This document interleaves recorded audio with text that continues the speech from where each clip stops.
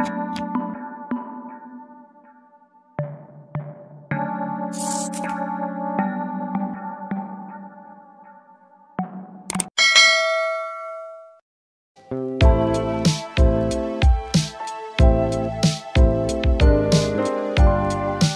Sobat Statma, kembali lagi di studio podcast Statma Berkelas.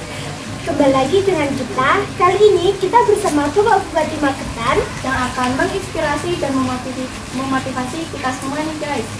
Selamat siang Bapak. Selamat siang, Mbak. Ya, kami dari Ya. tim podcast Statma mau bertanya sebentar nih, Bapak.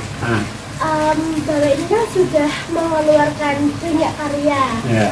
Ya, boleh diceritain nggak sih Pak pertama kali terjun di penulisan buku? Oh ya. Jadi begini nak. Jadi waktu itu Pak Bupati sebenarnya senang membaca itu ketika mahasiswa. Mahasiswa dulu awalnya dipaksa sama dosen ya harus membaca karena Pak Bupati kebetulan kuliahnya kan di Universitas Gadjah Mada ya.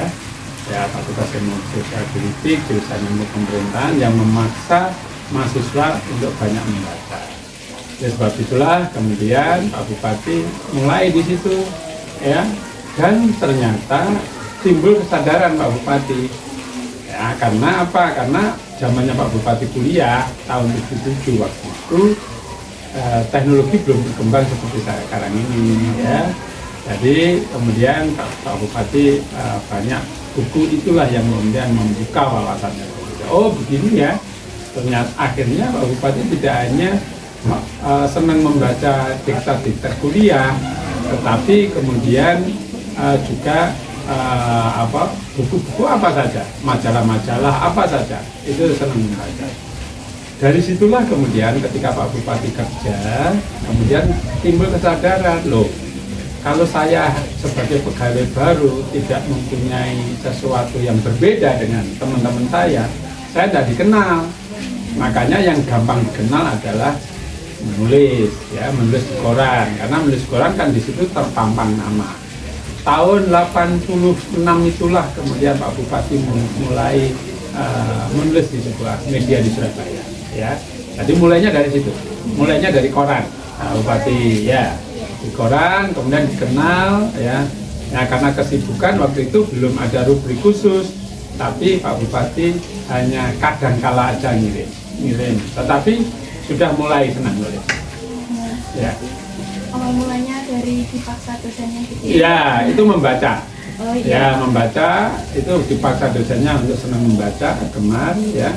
Akhirnya keterusan, kemudian apa aja dibaca, dan orang menulis itu bekalnya harus membaca. Iya. Kalau bukunya salah satu bukunya Bupati yang Email Soko Jakarta Iya. itu sebenarnya itu dari dibalik cerita buku itu apa sih Pak? Oh ya, begini ya, Pak Bupati itu ditakdirkan Tuhan sebagai orang Jawa. Kemudian Pak Bupati lihat kok ada majalah berbahasa Jawa namanya Panyebar Semangat. Walaupun waktu itu Pak Bupati sudah mulai kecil, sudah tahu gurunya Pak Bupati dulu bacanya itu, tapi belum ada niat untuk menulis ya. Nah, kemudian karena Pak Bupati ditakdirkan sebagai orang Jawa, orang sekarang sudah tidak peduli lagi pada bahasa Jawa. Oleh sebab itulah kemudian Pak Bupati mencoba menulis, tapi waktu itu belum rutin, ya, belum rutin menulis. Nah, setelah Pak Bupati pindah ke Jakarta, kemudian Pak Bupati mulai rutin, ada rubrik email Soko Jakarta. Karena dulu ada rubrik namanya Layang Soko Jakarta, karena saat Pak Bupati pindah Jakarta itu kirim informasi itu tidak lagi lewat surat, tapi lewat email. Kalau dulu kirim naskah itu lewat surat, ya, dikirim surat pakai perangko. Nah, zaman Pak Bupati sudah email, makanya namanya email Soko Jakarta. Kalau Pak Bupati nulis bahasa Indonesia, Pak Bupati akan jadi orang biasa saja, saingannya banyak. Tapi kalau orang nulis bahasa Jawa siapa? Saingannya tidak ada. Nah, makanya kalau kalian ingin maju, ingin berbeda, jangan sama orang lain. Ya, harus mengisi ruang kosong di mana orang pada tidak suka.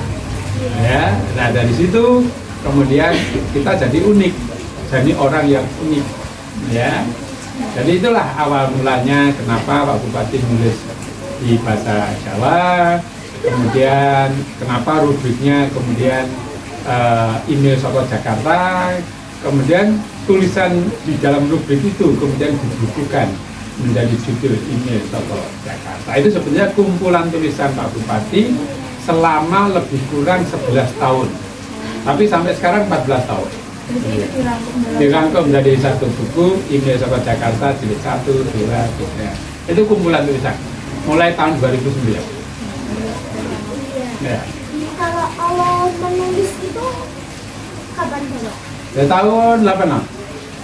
Ya, jadi belum lahir kan kamu. Nah, saya mulai nulis mulai 86 ketika jadi pegawai baru, kemudian timbul kesadaran itu, kemudian bahwa kalau saya ingin dikenal, ya nulis. Kemudian perbincangan kita dengan Bapak Bupati. Terima kasih Bapak atas Sama-sama. Ya. Sampai jumpa di episode podcast podcast selanjutnya. selanjutnya.